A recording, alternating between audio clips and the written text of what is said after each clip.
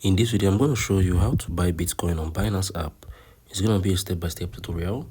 So ensure you watch through what I'm going to show you right now. Open up your Binance, right? If you want to buy Bitcoin, you're going to see there are three options down below, right? You're going to see the assets, the futures, the trade, the market, the home, right? So click on the trade. Once you click on the trade, I think there are two ways you can actually buy Bitcoin, right? The first way is through spot trading, right? So you're going to click on this buy. Just click on this. Make sure it's in the BTC USDT, right? Click on this. You're going to select the market price. Then come on here and type in how much Bitcoin you want to buy, right? So we have $21 here.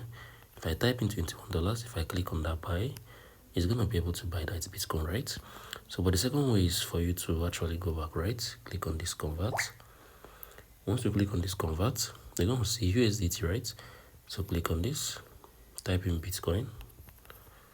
Right, so you can still do this if you have any. Let's say it's not must you have USDT, right?